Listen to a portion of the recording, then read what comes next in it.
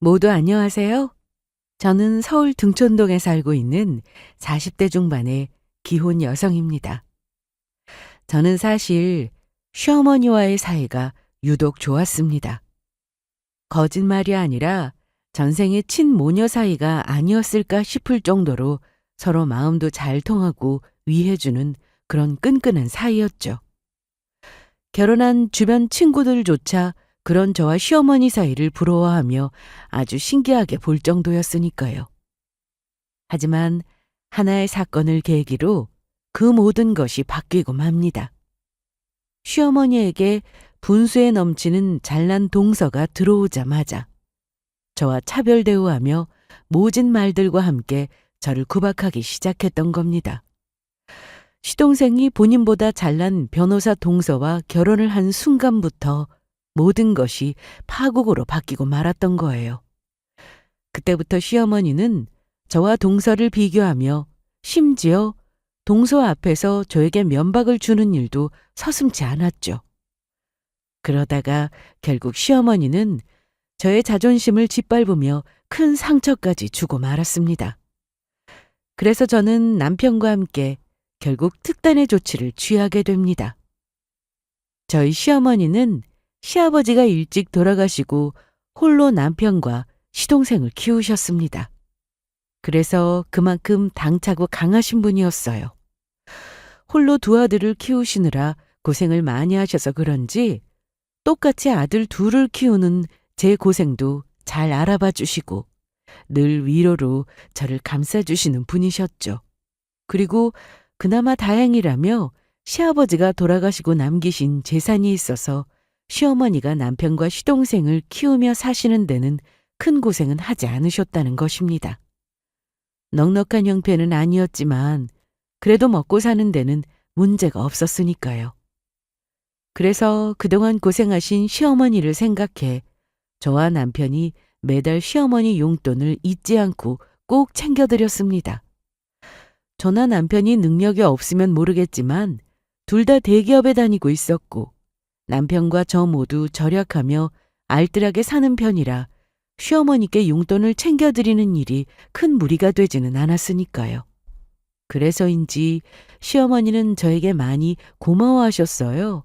아이 둘을 키우면서 맞벌이로 힘들게 번 돈으로 시어머니를 도와주신다고요. 저를 보면 젊은 시절 고생한 당신 모습이 떠오른다고 하셨죠. 그러면서 저에게 늘 하시는 말씀이 저만한 며느리가 없다는 것이었습니다. 수정아, 회사 다니느라 힘들지? 그런데도 이 시어미 용돈까지 매달 잊지 않고 챙겨주고 정말 고맙다. 그래도 힘들면 무리하지 말고 회사 관두고 쉬어라. 네 남편이 돈을 못 버는 것도 아니고 직장 다니면서 어디 애들 둘 키우는 게 쉬운 일이니? 그것도 아들 둘을 말이다. 나 용돈 안 챙겨줘도 되니까 너희들끼리만이라도 편하게 살았으면 좋겠구나. 괜찮아요, 어머니. 저 회사 제가 좋아서 다니는 거고 아직 젊은데 일할 수 있을 때 열심히 해둬야죠. 애들도 곧 초등학생, 중학생이 되는데 아이들 위해서라도 제가 힘내려고요. 그리고 어머니 챙겨드리는 거 하나도 안 힘들어요. 능력이 돼서 부모님 챙겨드릴 수 있는 것도 얼마나 큰 복인데요. 그러니까 어머니 그런 말씀 마세요. 어머니도 저희 남편 키우시느라 고생 많이 하고 사셨는데 자식으로 당연히 이 정도는 해드려야죠. 역시 우리 며느리 대단하다. 천사 며느리가 따로 없네. 이렇게 착하고 머리도 똑똑하니 대기업도 다니는 거겠지? 우리 수정이만한 며느리가 세상에 없어. 내가 큰 도움이 못 돼도 도울 수 있는 일이 있으면 언제든지 말하거라. 나는 언제나 수정이 네 편이다. 네, 어머니. 언제나 저희 먼저 생각해 주셔서 감사해요. 친구들이 저한테 다 그래요. 좋은 시어머니 둬서 정말 부럽다고, 제 복이라고요. 그런데 그 말이 정말 맞는 것 같아요. 우리 며느리는 어쩜 말도 이렇게 예쁘게 할까? 우리 앞으로도 이렇게 한마음 한뜻으로 같이 힘내서 사는 거다. 우리 며느리 파이팅이다. 네, 어머니. 어머니도 파이팅이요?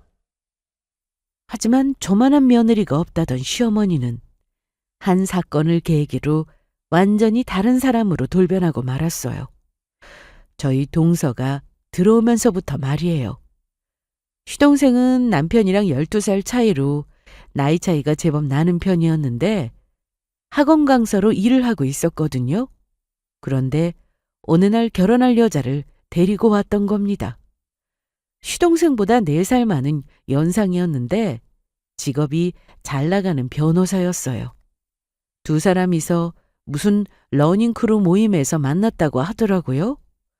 그러자 시어머니는 학원 강사인 시동생이 결혼할 여자로 시동생보다 잘난 변호사 며느리를 데리고 올 줄은 상상도 못했다면서 집안에 변호사 며느리를 보게 생겼다고 아주 좋아하셨습니다. 가문의 영광이라면서요. 물론 사람을 조건으로만 비교하면 절대 안 되지만 시어머니 보시기에 학원 강사인 시동생이 나름 자리를 잘 잡고 있다지만 당신 둘째 아들과 조건적으로 차이가 나는 대단한 변호사를 결혼할 여자로 데리고 온다고 하니 아주 신이 나셨던 거죠. 그러면서 동서가 처음 시댁에 인사드리러 오는 날, 동서를 먹이겠다며 정말 잔치집 마냥 상다리가 휘어지도록 음식을 준비했는데 식탁에서는 음식을 다 놓을 수 없는 상황이라 거실에서 큰 상을 펴고 가족들이 밥을 먹게 되었습니다.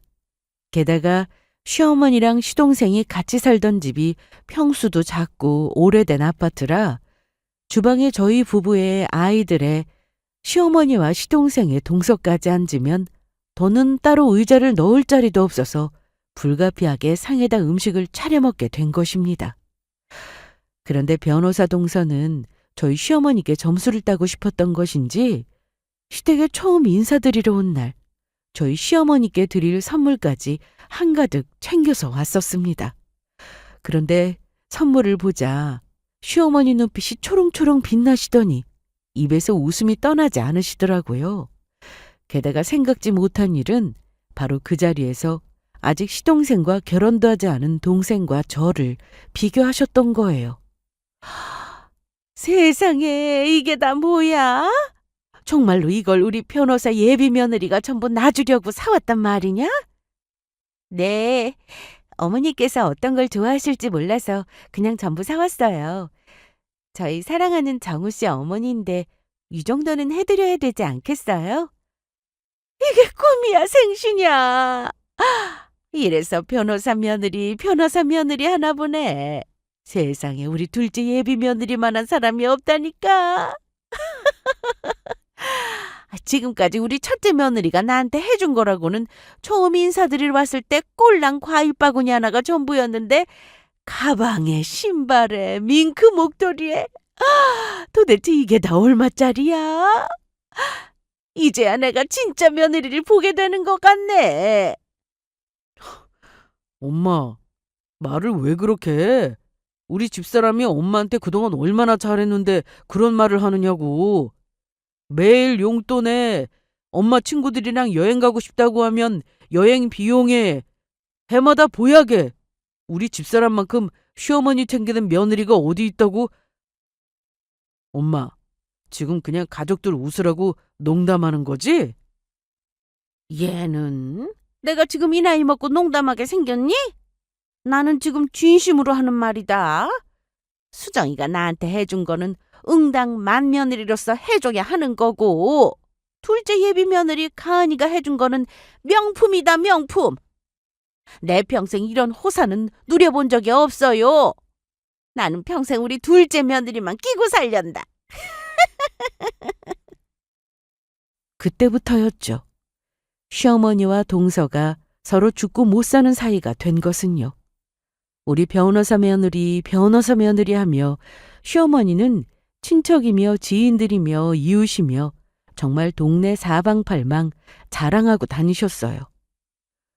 그 이후 저는 시댁에 가면 혼자 외톨이가 되는 경우가 많았고요. 그리고 동서가 정말로 저희 시동생과 식을 올리고 나자 시어머니는 더욱 동서와 저를 노골적으로 비교하며 차별하기 시작하셨습니다. 어딜 가든 변호사 며느리인 동서를 자랑하기 위해 어디든 꼭 데리고 다니려고 하셨죠. 한마디로 시어머니가 볼 때 동서는 능력 있고 잘난 변호사 며느리였고 저는 직장이나 다니는 별 볼 일 없는 며느리로 취급이 되었던 거죠. 그런 시어머니 행동에 예전엔 내가 알던 그 인자하셨던 같은 시어머니가 맞나 의심이 들 정도였습니다. 게다가 시어머니가 변호사 동서가 좋으신 거면 좋아하는 거로 끝내시면 좋은데 자꾸 저를 비교하며 차별을 하시니 저는 당연히 섭섭할 수밖에 없었고요. 제가 시어머니한테 섭섭할 거란 생각을 당신은 전혀 못 하시는 것 같았지만요. 그러다가 시어머니와 저희 사이가 급속도로 냉랭해지는 사건이 벌어지게 됩니다. 제가 쉬고 있는 주말이었는데 시어머니가 동서와 아울렛 매장에 놀러 가기로 약속했다면서 저까지 챙겨서 같이 가자고 하시더라고요. 그래서 웬일로 시어머니가 저까지 부르시나 생각도 했지만 그때는 그래도 시어머니와의 신뢰가 완전히 깨진 상태는 아니라 믿고 나가게 되었어요. 하지만 시어머니와 동서를 만나자마자 시어머니가 저를 부르신 이유를 알게 되었죠. 두 사람이 쇼핑을 하는데 물건을 들어줄 사람이 필요했던 겁니다. 한마디로 짐꾼 말이에요. 그것도 모르고 저는 시어머니만 믿고 그 자리에 나가게 된 것이고요. 그래서 저는 시어머니가 어디까지 가나 지켜보려고 했습니다. 그래야 저도 앞으로 시어머니를 어떻게 대할지 결정할 수 있을 것 같았으니까요. 그런데 더욱 어처구니가 없었던 것은 시어머니의 그런 행동을 동서가 미안해하기는커녕 한 매장에서 옷을 사더니 당연하다는 듯 자기 짐을 저에게 맡기려고 했던 거예요. 그래서 저도 그때 참지 못하고 이야기했어요. 어머니, 지금 뭐 하시는 거예요? 아울렛 매장에 같이 가자고 하더니 저 지금 어머니 짐꾼 시키려고 부르셨던 거예요? 그리고 동서 본인 짐은 본인이 직접 들어. 어머니 짐이야 나이 드신 분이니 그렇다고 치지만 왜 동서 짐까지 나한테 맡기는데? 동서는 부모님한테 동서보다 손 있 사람한테 본인 짐까지 들게 하라고 배웠어? 예의도 없이 이게 무슨 경우야? 너는 말을 어쩜 그렇게 매정하게 하니? 셋이서 같이 기분 좋게 쇼핑 와서 꼭 그런 별것도 아닌 일로 서로 기분을 상하게 해야겠냐고. 그리고 짐 좀 네가 들면 어떠니? 솔직히 직장에서 월급 받고 다니는 월급쟁이보다 우리 둘째 변호사 며느리가 훨씬 귀하신 몸이거늘 지금 그런 귀하신 변호사 며느리한테 짐을 들게 하는 게 맞느냐는 이 말이다. 변호사 일하느라 힘든 애한테 꼭 짐 드는 일까지 시켜야겠냐고. 아니에요, 어머니. 제가 형님 기분을 상하게 했나 봐요. 그러면 제 짐은 제가 들게요. 저는 그냥 형님이랑 친하다고 생각해서 제 짐 좀 들어달라고 했던 건데 제가 잘못 생각했었나 봐요. 형님은 저랑 친해지고 싶지 않았나 봐요. 어머니, 저도 저희 부모님한테 귀한 몸이에요. 동서만 귀한 게 아니라고요. 그리고 변호사면 본인 짐 본인이 들지 말라고 누가 그러는데요? 그리고 동서만 일하느라 힘든 거 아니고 저도 평일 내내 일하고 아이들 돌보는 애 힘든 건 마찬가지거든요? 그리고 동서, 원래 본인 짐은 본인이 드는 거야. 그 나이 먹도록 아직 그것도 몰랐어? 그리고 동서는 친하다고 생각하는 사람을 동서 짐 들게 하고 부려먹었나 봐? 그러면 왜 어머니한테 동서 짐 들어달라고 하지? 이게 사람 부려먹으려고 일부러 나한테 짐 들게 시켜놓고 어디서 말도 안 되는 헛소리 하고 있어? 나는 이만 집에 갈 테니까 다시는 이런 자리 저 부르지 마세요. 전혀 필요 없고 앞으로는 바라지도 않을 테니까. 야! 짐은 끝까지 들어줘야지. 지금 어딜 가는데? 이 많은 짐들 누가 들라고 가냐고? 저는 바로 짐들을 바닥에 내려놓고 집으로 향했습니다. 시어머니를 향한 섭섭함과 배신감은 이루 말할 수 없었고요. 그리고 지금의 시어머니가 예전의 그 시어머니가 아니란 사실을 확실히 실감할 수 있었죠. 그래서 앞으로 저도 시어머니를 대하는 태도를 바꿔야겠다고 생각했습니다. 아무리 시어머니라고 해도 저를 무시하는 분에게 예전처럼 마음을 열고 살뜰히 챙기며 잘해드릴 필요는 없었으니까요. 하지만 제가 그렇게 아울렛 매장에서 자리를 떠난 게 화가 났는지 시어머니는 바로 다음 날 저에게 전화를 거셨습니다. 그리곤 저랑 동서랑 차별해서 미안하다고 하기는커녕 오히려 저에게 따지고 나오셨던 거예요. 너 어제 그게 무슨 경우냐? 어디 포르장머리 없이 시어머니를 두고 며느리가 먼저 자리를 떠? 그러는 어머니는요? 아무리 변호사 며느리가 좋아도 그렇지. 동서 앞에서 저 무시하는 것도 한두 번도 아니고 어떻게 저한테 짐을 들라고 시키실 수가 있어요? 동서가 자기 짐까지 저한테 들어달라고 맡기는데 혼내기는커녕 어떻게 동서 편을 들어줄 수가 있느냐고요. 그러면 변호사 며느리랑 그저 그런 직장 생활이라는 월급쟁이 며느리랑 똑같이 대접해주란 거냐? 그리고 가은이는 변호사라 돈도 잘 벌어서 그런가 나한테 비싼 명품 가방이랑 신발 선물도 척척 해주지 않니? 그동안 너는 나한테 뭐 해줬는데? 원래 사람도 본인이 해준 대로 대우받는 거다. 어머니, 언제는 저보고 착하고 똑똑하고 대기업 다니는 며느리라고 대단하다면서요. 그래놓고 이제는 그냥 월급쟁이 며느리라며 왜 말이 바뀌는데요? 그리고 솔직히 동서가 어머니한테 비싼 명품 가방이랑 선물해준 거 결혼 전에 처음 시댁에 인사드리러 왔을 때가 전부 아닌가요? 그 후에 어머니한테 제대로 용돈이나 선물 사드린 적도 없잖아요. 아울렛 매장 가서도 어머니 저랑 남편이 매달 드리는 용돈으로 선물 사셨던 것 같은데 아니냐고요. 그런데 왜 어머니한테 해드린 게 없어요, 제가? 그동안 너한테 내가 대단하다고 했던 건 너랑 첫째가 내 용돈 챙겨주니까 그냥 한 소리지. 그나마 네가 나한테 용돈이라도 두둑히 잘 챙겨주니 며느리 대접 해줬던 거지. 그것도 아니었으면 진작 사람 취급도 안 했다. 그리고 나도 처음엔 대기업 다니는 며느리가 우리 집 며느리가 돼서 대단하다고 생각했는데 막상 변호사 며느리 두니 그런 것도 아니더라. 그리고 맏며느리면 그 정도는 당연히 해줘야 하는 거 아니냐?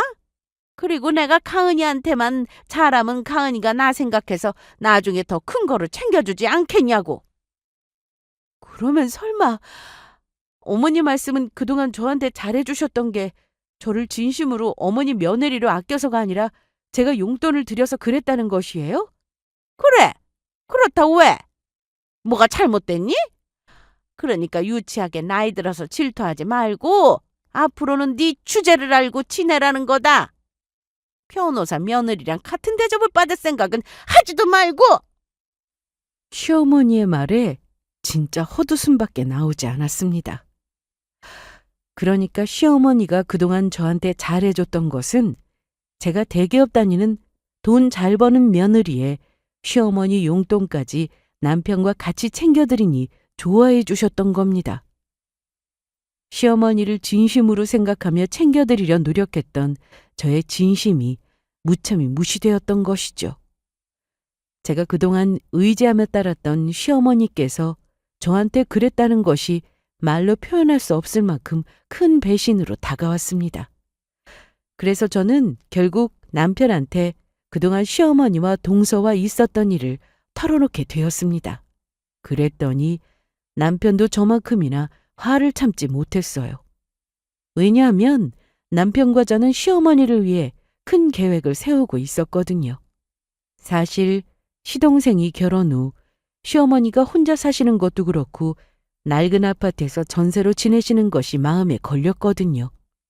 그래서 대출을 조금 껴야 했지만 남편과 함께 저희 집 근처에 아파트를 하나 사서 시어머니를 곁에 모시면서 살게 해드리려고 했거든요. 그러면 시어머니가 살던 집 전세금도 시어머니가 필요할 때 편하게 쓸 수 있고 저희도 자식된 도리를 할 수 있어서 마음이 놓일 것 같았으니까요. 남편과 저도 직장 생활을 오래 하며 어느 정도 자리를 잡은 상태였고 둘 다 돈을 벌고 있으니 충분히 감당할 수 있다고 생각했던 거죠.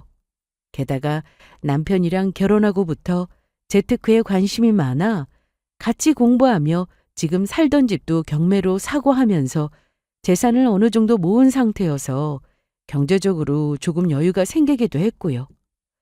그런데 시어머니가 그동안 돈 때문에 저에게 잘해주셨던 거라고 말하며 동서와 차별이 심하니 남편도 실망이 이만저만이 아니었던 겁니다. 그래서 시어머니 행동에 남편은 시어머니께 집 사드리는 일을 보류하자고 하더라고요. 여보, 아무래도 안 되겠다. 우리 집 사서 어머니 모시려고 한 거 잠깐 고민 좀 해보자. 지금 우리는 엄마 집 사주려고 집 계약까지 미리 해놨는데 아무리 변호사 며느리가 좋아도 그렇지 이건 정말 아니라고. 그동안 당신이 엄마한테 어떻게 했는데 이렇게 해? 그리고 나는 나랑 평생 살아줄 고마운 내 마누라 아무리 엄마라도 함부로 하는 거 절대 용서 못하고 그 누구도 당신한테 함부로 하는 꼴 절대 못 봐. 그리고 엄마가 당신한테 고마운 거 안다면 절대 이렇게 하면 안 되는 거야. 솔직히 나 혼자였으면 엄마 집 사서 모시는 거 꿈도 못 꿨어. 우리 엄마지만 정말 실망이다. 하지만 저와 남편이 시어머니가 사실 집을 사드리려고 했다는 사실을 알 리 없던 시어머니는 날이 갈수록 동서와 저를 향한 차별과 함께 악독한 시집살이가 점점 더 선을 넘기 시작했습니다. 제가 그날 회사에서 일을 하고 있는데 시어머니한테 계속 전화가 왔던 거예요. 그래서 저는 점심시간을 통해서 시어머니께 전화를 하게 되었는데 아주 어이없는 말씀을 하셨던 것이죠. 너는 답답하게 왜 이렇게 전화를 안 받니? 시어미가 전화했으면 따박따박 전화를 받아야 할 거 아니니? 어머니, 지금 직장인데 어떻게 바로 전화를 받아요? 그러다가 저 회사 잘리면 어머니가 책임지실 거예요? 그런가? 그것보다 너 퇴근하면 둘째네 와서 청소하는 것 좀 도와라. 내일 가은이네 회사에서 직장 동료들이 집들이 온다고 해서 지금 나 혼자서 청소하고 있는데 왜 이렇게 집이 지저분한지 이러다가 네 시엠이 몸살 나서 죽겠다. 어머니, 저 바쁜 거 몰라서 그러세요? 저도 퇴근하고 나면 피곤하고요. 그리고 지금 동서가 집들이 하는데 제가 무슨 임금님 수발 상궁도 아니고 왜 동서네 집에 가서 청소를 해줘야 하는데요? 어머니가 정 힘드시면 동서 보고 알아서 하라고 하면 되는 거잖아요. 너 정말 치사하게 그럴 거냐? 가은이가 바빠서 청소를 못하겠다고 나한테 부탁을 했으니 너한테 이야기하는 거 아니니? 그러면 가은이네 회사 동료들이면 변호사 선생님들이 둘째네 집에 온다는 건데 지저분한 이 모양 이 꼴로 손님을 맞이하라는 거냐? 너는 네 동서가 동료들 앞에서 집이 지저분하다고 창피를 당해도 상관없다는 거냐고. 네, 어머니, 상관없어요. 창피를 당하든 말든 동서가 서방님이랑 청소도 안 하고 집을 어질러서 그렇게 된 건데 왜 그걸 제가 신경 써야 하는데요? 그건 동서가 알아서 할 문제니까 동서 보고 청소를 하든지 말든지 하라고 하세요. 그리고 어머니, 동서 뒤치다거리 하고 싶으신 거면 어머니 혼자 하세요. 괜히 바쁜 저까지 끌어들이지 말고요. 그러면 저 이만 바빠서 끊습니다. 하지만 저를 어이없게 만든 것은 그뿐만이 아니었습니다. 시어머니랑 통화를 끊고 화를 시키고 있는데 동서까지 저에게 기막힌 문자를 보냈던 거예요. 그래서 저도 참지 않고 하고 싶은 말을 제대로 해주었습니다. 형님, 오늘 저희 집 와서 어머니랑 같이 청소해 주기로 하셨다면서요? 그러면 이왕 하시기로 한 거 저희 집에 빨래가 많이 밀렸으니까 빨래도 좀 돌리고 가세요. 비싼 옷들 많으니까 상하지 않게 조심하시고요. 속옷은 삶아야 하는 거 알고 계시죠? 제가 이따가 가서 다 확인할 거니까 제대로 해주세요. 야, 청소를 하려거든 네 손으로 해. 넌 손이 없어 발이 없어? 한두 살 먹은 어린애도 아니고 내가 왜 네 뒤치다꺼리를 해야 되는데? 네 눈에 내가 네 엄마로 보이냐? 그 나이 처먹어서 청소해 네 속옷이나 빨아달라고 하고 창피한 줄 알아. 다시 한번 이따위 문자 보내면 나도 가만히 안 있을 테니까 너 사람 봐가면서 까불어라. 그리고 앞으로 나한테 연락도 하지 말고 문자도 보내지 마. 아주 꼴보기 싫으니까. 그리고 저는 답답한 마음에 퇴근하고 그 이야기를 남편에게 꺼내게 되었고, 남편도 안 되겠다 싶었는지 바로 시동생에게 스피커폰으로 제 앞에서 전화를 하게 되었어요. 동서 좀 제발 예의 있게 행동하라고 하라고요. 그런데 시동생은 오히려 적반하장으로 나왔습니다. 형, 솔직히 가족끼리 그 정도는 해줄 수 있는 거 아니야? 우리 집사람은 형수님이랑 다르게 보통 사람 아니고 변호사라고 변호사. 그런 바쁜 사람이 청소 좀 해달라고 부탁하는데 너그러운 마음으로 해줄 수도 있는 거잖아. 너 지금 그게 네 형수한테 할 소리냐? 어느 누가 자기 손윗사람한테 속옷까지 빨아달라고 해? 너는 네 형수 보기 부끄럽지도 않냐? 재수 씨 직업이 변호사면 뭐하니? 그 전에 스스로 사람부터 돼야지. 형, 혹시 형수님은 지금 그냥 대기업 다니는 직원인데 우리 집사람이 변호사라서 나한테 질투나서 이러는 거야, 지금? 뭐? 질투? 내가 왜 그런 거로 질투하냐? 형, 뭔가 착각하나 본데 나 예전에 형 앞에서 쩔쩔맸던 형 동생 아니야. 형 그동안 대기업 다니는 형수님 얻어서 결혼했다고 나한테 잘난 척하며 살았었지? 내가 그때 얼마나 눈꼬시고 꼴 보기 싫었는지 알아? 그런데 나도 이제 예전의 내가 아니라고. 나 형수님보다 잘난 변호사 마누라 얻어서 결혼했어. 그러니까 앞으로 나한테 잘난 척할 생각도 하지 마. 우리 집사람이 형수님보다 훨씬 잘났으니까. 시동생의 전화에 남편은 더욱 분노하며 낙담하고 말았습니다. 시어머니의 시동생까지 그렇게 변해버릴 줄은 상상도 하지 못했으니까요. 그런데 다음 날 저는 바로 시어머니의 호출을 받게 되었어요. 처음엔 가지 않을 생각이었지만 시댁에 위급한 일이 있다고 하니 맏며느리로서 책임감을 무시 못하고 갈 수밖에 없었죠. 하지만 저는 시댁에 다녀온 후 시어머니와 연을 끊어버리기로 마음을 먹게 됩니다. 시어머니가 저에게 한 말은 가히 충격적이지 않을 수 없었으니까요. 어머니, 중요하게 하실 말씀이 있다고 해서 퇴근하고 바로 왔는데 무슨 일 때문에 그러세요? 혹시 집안에 무슨 안 좋은 일이라도 생긴 거예요? 너 뭐하고 다니는 사람이냐? 네? 제가 뭐하고 다니는 사람이라니요? 너가 도대체 우리 변호사 며느리한테 어제 문자하면서 뭐라고 했기에 애가 충격받아서 앞으로 너 만날 때는 자기 부르지 말라고 하는 거니? 강은이는 자기 집 집들이 한다고 하니까 네가 와서 청소해준다고 해서 고맙다고 그 말하려고 문자 보냈는데 네가 앞으로 문자도 보내지 말고 연락도 하지 말라고 협박했다면서? 너 도대체 요즘에 왜 그런 거니? 도대체 뭐가 불만이라서 자꾸 나랑 강은이한테 시비 걸면서 트집을 잡는 거냐고? 어머니, 지금 무슨 말씀하시는 거예요? 동서가 거짓말하는 거라고요. 동서가 먼저 저한테 문자 보내서 이왕 동선에 집 청소해주는 거 빨래까지 돌리면서 속옷 빨래까지 해달라고 하는데 그걸 두고 그러면 누가 가만히 있어요? 그리고 지금 너무한 건 어머니 아닌가요? 어떻게 15년 넘게 얼굴 봐온 저한테는 어떤 사정인지 묻지도 않고 동서 말만 믿고 그렇게 말씀하실 수가 있어요?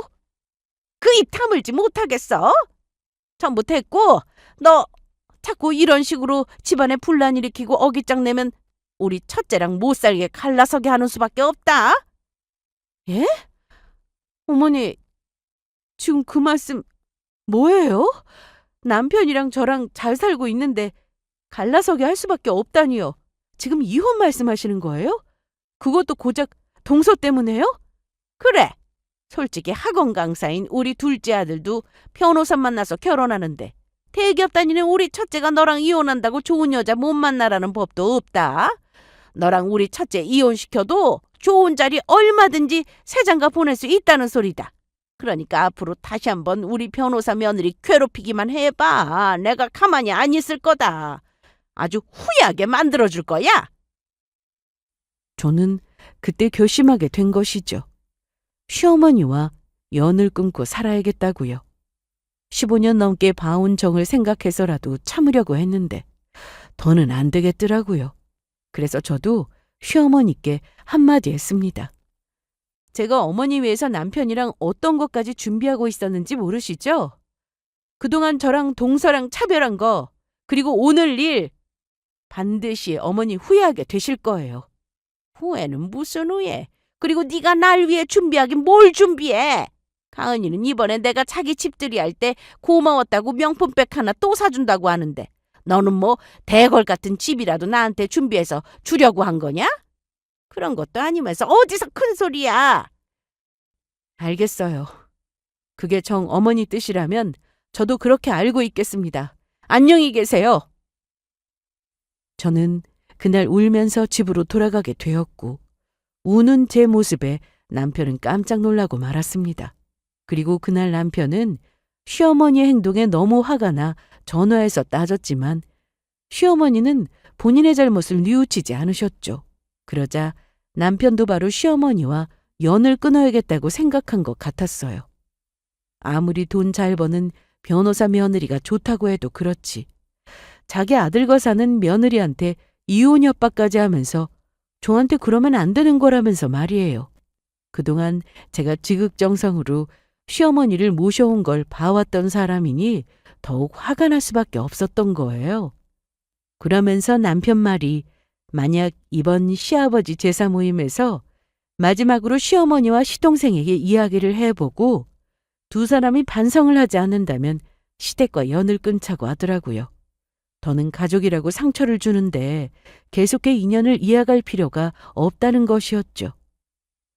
남편은 만약 시어머니께서 반성을 못했을 경우에는 그 자리에서 시어머니를 위해 준비했던 집 계약서도 보여드릴 예정이었습니다. 그리고 바로 시어머니에게 저희가 계약한 아파트에서 살게 해드리는 걸 취소하기로 했죠. 정작 시어머니를 위해서 애쓴 사람이 누구였는지 보여주기 위해서 말이죠. 그래서 저와 동서의 직업을 비교하며 차별하고 돈만 밝히던 시어머니의 잘못된 행동이 무엇을 잃게 했는지 직접 보여준다는 것이었어요. 그래야 당신이 무엇을 잘못하셨는지 조금은 깨닫지 않을까 했던 거예요. 최악의 경우 시어머니와 보지 않고 살기로 결정을 내릴 수밖에 없었던 것입니다. 남편과 시어머니에 대한 배신감이 큰 것 같았어요.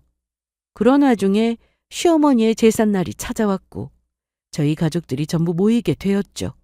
그렇게 냉랭한 분위기 속에 제사가 끝나고 모두 식사를 하기 위해 상에다 음식을 차려서 먹으려고 하는데 시어머니가 갑자기 식탁에서 밥을 차려서 먹자고 하더라고요. 그리고 시어머니가 그러는 이유를 상을 다 차린 후에 알게 되었죠. 식탁에 상을 다 차리고 나니 식탁 앞에 앉을 의자 하나가 부족했던 거예요. 동서가 들어오고 나니 사람 수가 늘면서 당연했던 거고요. 그러자 시어머니는 기다렸다는 듯이 저한테 이야기했습니다. 의자가 부족하니까 수정이 너는 주방에서 서서 먹도록 해라. 너는 국 하나만 있어도 어차피 밥 잘 먹지 않니? 우리 변호사 며느리는 시집와서 처음 시아버지 제삿날 와서 밥을 먹는 건데 이럴 때는 네가 눈치껏 빠져야지. 내가 꼭 얘기해야겠니? 가은이가 자리에 앉으면서 얼마나 네 눈치를 보이겠니?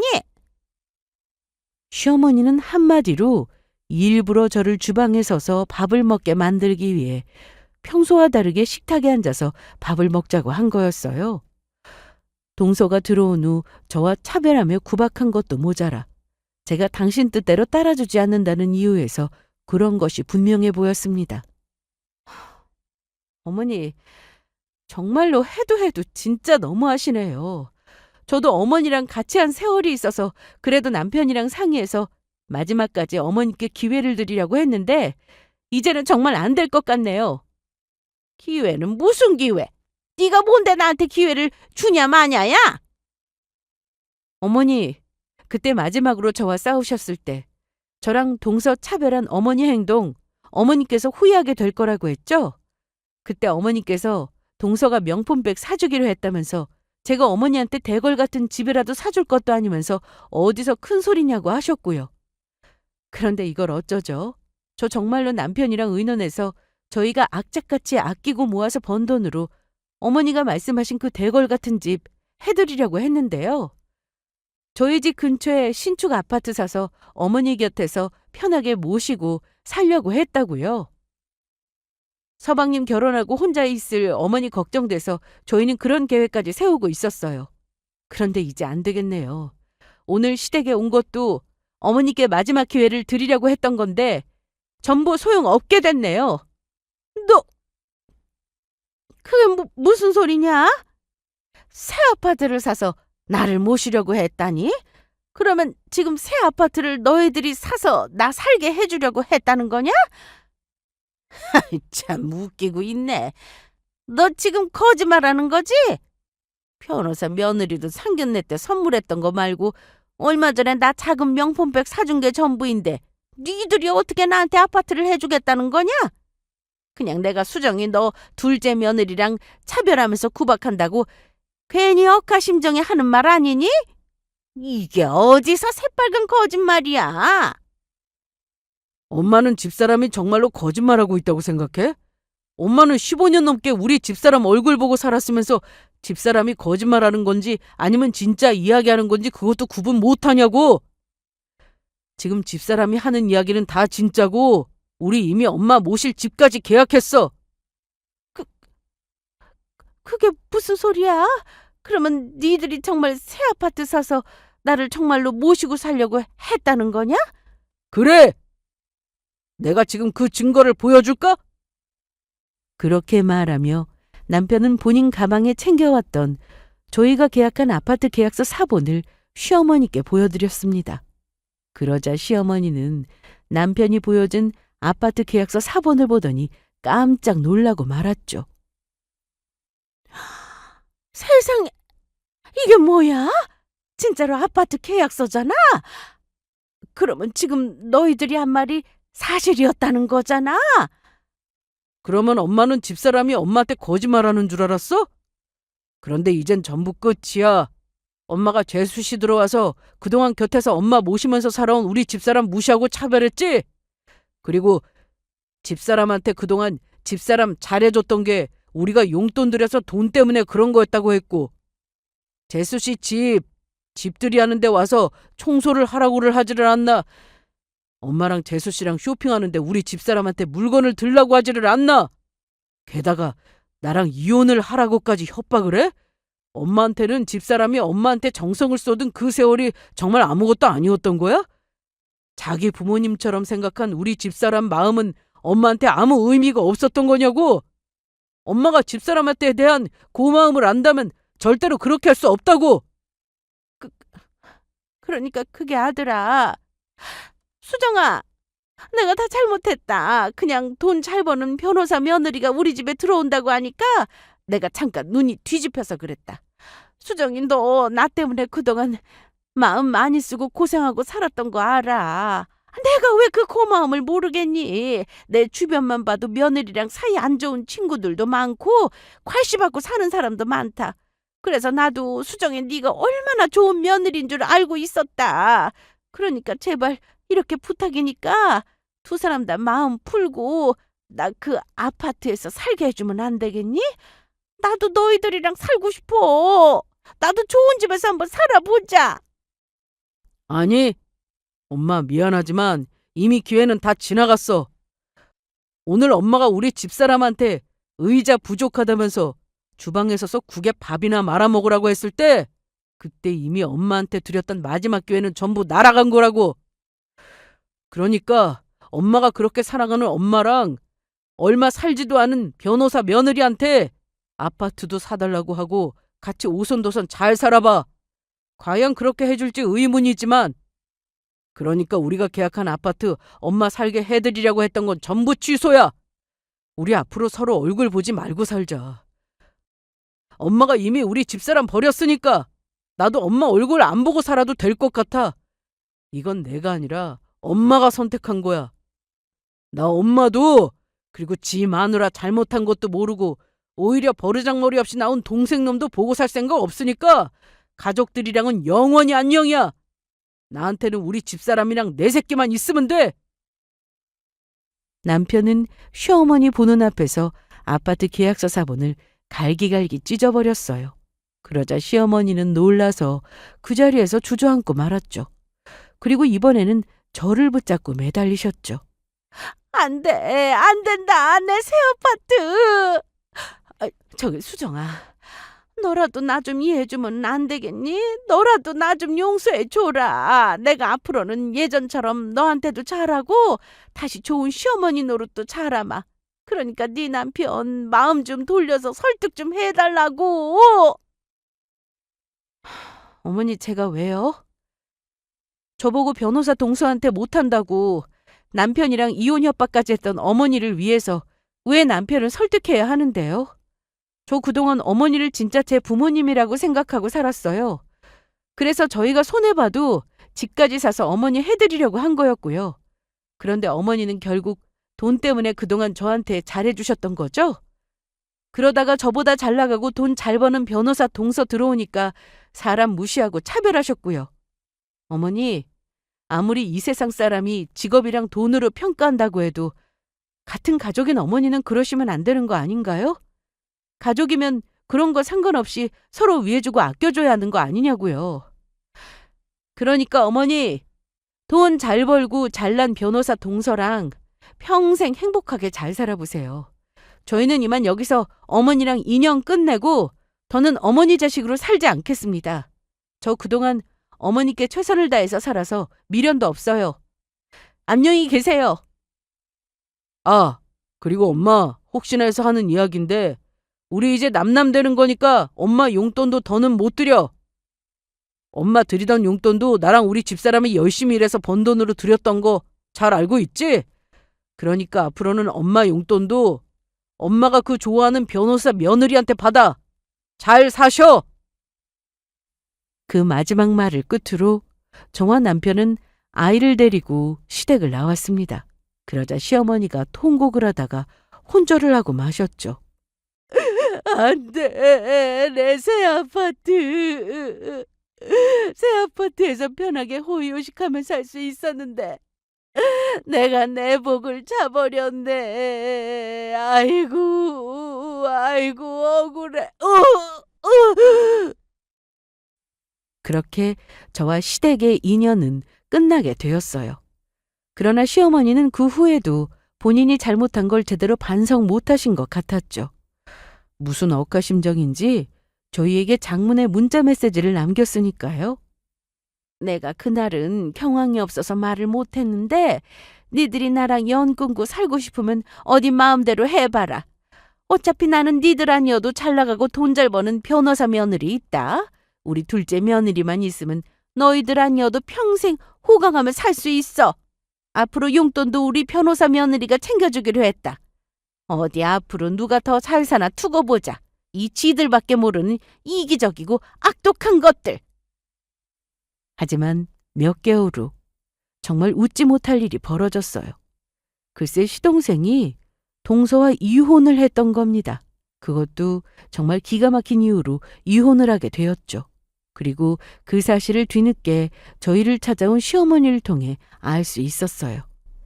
그날 남편과 함께 주말에 아파트에 가서 장을 보고 돌아오는 길이었는데 시어머니가 저희 아파트 지하 주차장에서 저희를 기다리고 있었던 겁니다. 시어머니는 남편과 저를 보자마자 매달렸어요. 아이고, 우리 아들, 우리 집 맏며느리, 그동안 두 사람 잘 지냈니? 엄마가 여기 무슨 일이야? 우리 앞으로 연 끊고 안 보고 살기로 하지 않았어? 아들아, 며느라, 내가 잘못했다. 글쎄, 가은이 그것이 보통 인간이 아니었다. 아직 죽일 것이었어. 그것이 우리 둘째랑 살면서 7살이나 어린 다른 젊은 놈이랑 바람을 폈지 뭐냐. 변호사라고 좋아했더니 그 직업 보고 달려드는 놈이 한두 명이 아니었다. 그런데도 이것이 지가 바람 펴놓고 들키니까 사랑이 죄냐면서 오히려 큰 소리 치지 않니? 자기는 연하남이 좋다면서? 그래서 우리 아들도 능력도 없지만 연하에 잘생겨서 끌려서 좋아했다고 한다. 어쩐지 변호사가 자기보다 못한 우리 아들 좋다고 하면서 결혼해서 왜 사나 했더니 그냥 잘생기고 어린 놈이면 장땡이었던 거였어. 그러면서 하는 말이 본인이 변호사라서 잘하는데 바람 피우는 거 죄도 아니고 위자료 주면 되는 거 아니냐고 큰 소리 뻥뻥 치더라. 사람으로 태어나서 어떻게 그럴 수 있니? 둘째 며느리 직업이 변호사라서 좋아했더니 지가 우리보다 법을 더 잘하니까 나랑 둘째랑 막무가내로 당하기만 했다. 그래서 둘째가 지금 충격받아서 정신과 치료받고 있고 나도 원래 받던 용돈도 끊기고 아주 사정이 형편없어졌다. 나랑 둘째도 너희들한테 못했던 거 많이 후회하고 있다. 그러니까 제발 우리 좀 다시 받아주면 안 되겠니? 우리 예전처럼 다 같이 오순도순 행복하게 살자. 니들이 다시 내 용돈도 좀 챙겨주고, 어? 제발 이렇게 부탁하마. 어머니는 정말이지 끝까지 돈 이야기 뿐이시네요. 어머니가 정말로 본인 잘못 뉘우치셨다면 저희한테 용돈 이야기는 하지 않았을 것 같은데요. 동서가 바람피어서 서방님이 이혼당한 것도, 그래서 어머니가 지금 용돈 없어서 쪼들리며 사는 것도 전부 어머니랑 서방님이 자초한 일이니까 알아서들 해결하면서 사세요. 저희는 앞으로도 어머니랑 서방님 보고 살 생각이 없으니까. 엄마, 우리 집사람 말 잘 들었지? 나도 우리 집사람이랑 같은 생각이니까 엄마가 돈이 필요한 거면 직접 벌어서 쓰도록 해. 엄마나 동생이나 둘 다 더 정신 차려야 할 것 같아. 남편과 저는 시어머니에게 단호할 수밖에 없었습니다. 시어머니가 진심으로 뉘우친 거라면 화해하고 받아주었겠지만 아직도 돈 이야기를 꺼내는 시어머니를 보며 아직 반성을 하지 못하신 게 보였으니까요. 시어머니가 진심으로 저와 남편에게 미안했다면 그런 말씀은 못하셨을 겁니다. 그 후 시어머니 소식을 들으니 돈이 쪼들리는지 일을 나가기 시작했다고 해요. 지인을 통해 들어보니 재활용 공장에 일하나 보더라고요. 그곳에서 열심히 살아가시는 선생님들을 보며 본인이 얼마나 나쁜 마음을 먹고 살아왔는지 아셨으면 좋겠습니다. 돈 버는 일이 쉬운 일이 아니란 사실을 느끼시고 저희가 시어머니를 모시기 위해 얼마나 애쓰며 살았는지 이제라도 아셨으면 좋겠고요. 그래서 시간이 지나서 진심으로 시어머니며 시동생이 자신들의 잘못을 뉘우친다면 그때는 남편도 저도 시어머니와 시동생을 용서해 줄지 잘 생각해 보려 합니다. 그전까지는 두 사람 다 전부 용서해 주면 안 된다는 생각이니까요.